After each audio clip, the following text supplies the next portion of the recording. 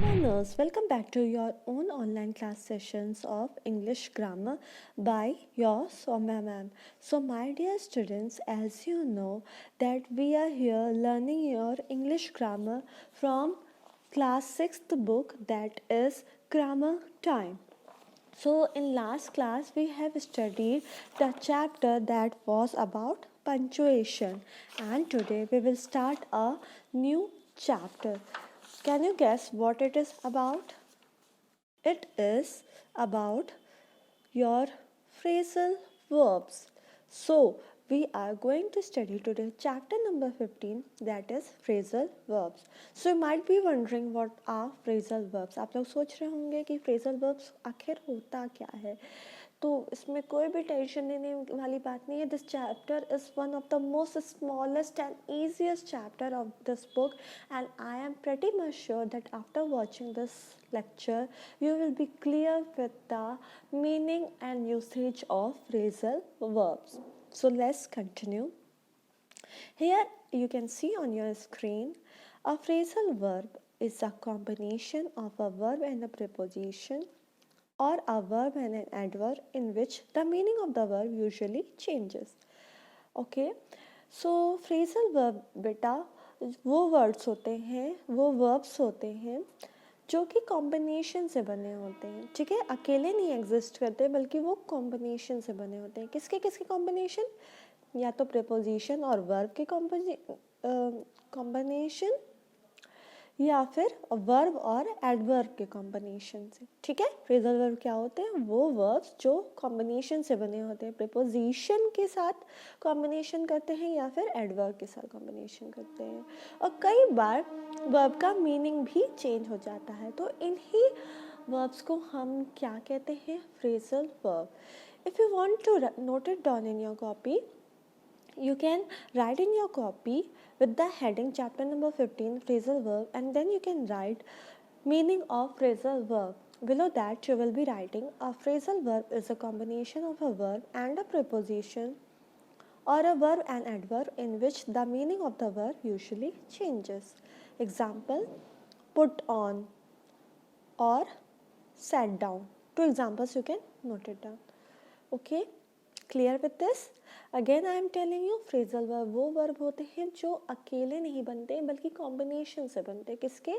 या तो वर्ब का कॉम्बिनेशन होगा किसके साथ? प्रीपोजिशन के साथ, या फिर वर्ब का कॉम्बिनेशन होगा एडवर्ब के साथ. अब इससे हम एग्जांपल से देखेंगे तो आपको और आसानी से समझ में आएगा. He put on her sweater. Here is a mistake in your book. He की जगह शी होगा, तो she put on her sweater as it was pretty cold.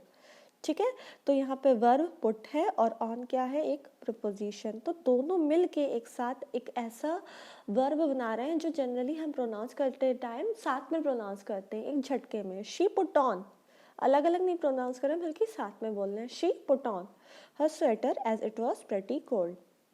अब यहाँ पे देखो, ये जो वर्ब और कॉम्बिनेशन है, प्रीपोजिशन है, ये यहाँ पे मीनिंग चेंज कर रहा है. अगर आप नॉर्मल भाषा में देखें तो पुट ऑन का मतलब पुट ऑन, अलग अलग करके देखें तो यानी कोई सामान उठाना हुआ, राइट. पर यहाँ पे वर्ब का मीनिंग में थोड़ा सा स्लाइड चेंज आ जाएगा. यहाँ पे पुट ऑन का मतलब होता है वोर, मतलब पहनना. Okay my dear students, so यहाँ पे she put on her sweater as it was pretty cold का मीनिंग है कि उसने अपने स्वेटर को पहन लिया क्योंकि बहुत ज़्यादा ठंड थी. Okay, so you can see the combination verb जो होते हैं जो मीनिंग में थोड़ी सी चेंज ले आते हैं, उन्हें ही हम फ्रेजल वर्ब कहते हैं. Again if we see about the example, they sat down. Here sat is a verb and down is an adverb. अभी हमने preposition और verb का example देखा, अब हम किसका example देखेंगे? verb और adverb का, right. So sat is a verb and down is a adverb. So sat down is a phrasal verb. साथ में बोल रहे हैं they sat down, तो एक phrasal verb है. Okay, तो you can see some of the phrasal verb with their meanings. Okay, look up the synonyms of the given word in the treasures. ठीक है, यहाँ पे लिखा है look up. look और up दोनों अलग अलग वर्ड है. look एक वर्ब है और up क्या है? प्रीपोजिशन है. दोनों को हम साथ में प्रोनाउंस कर रहे हैं look up. Okay, the synonym of the given word in the treasures यानी कि डिक्शनरी। तो यहाँ पे लुकअप जो हम साथ में बोल रहे हैं तो उसका मीनिंग हो जाता है find.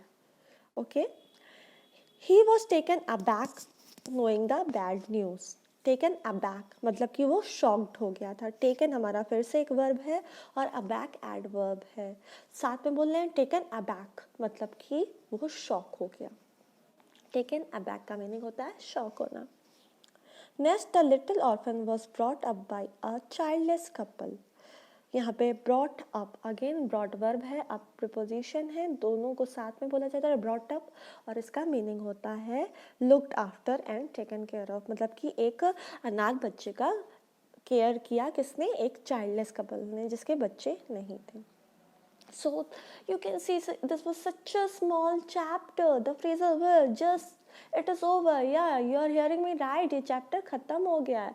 It was very easy chapter and I hope that after watching the lecture, after watching my explanation, you will be pretty clear about what is phrasal verb. So do mention in the comment box that you understood the lecture or not, whether you liked my explanation or not, so that I will be aware that you all are understanding the level in which I am teaching to you. So with this only, go through the chapter again from your book, read it again, and if there is any smallest doubt, you can ask me surely in the doubt session. And for your homework, you have to complete the exercise of this chapter 15.1, all exercises, that is A, B, C, D and E. Okay, if there is again any doubt, you can ask me. So with this only, I am ending up today's lecture. Hope that you all are safe and sound at your home. So my dear students, keep studying, stay blessed, stay happy. Bye-bye.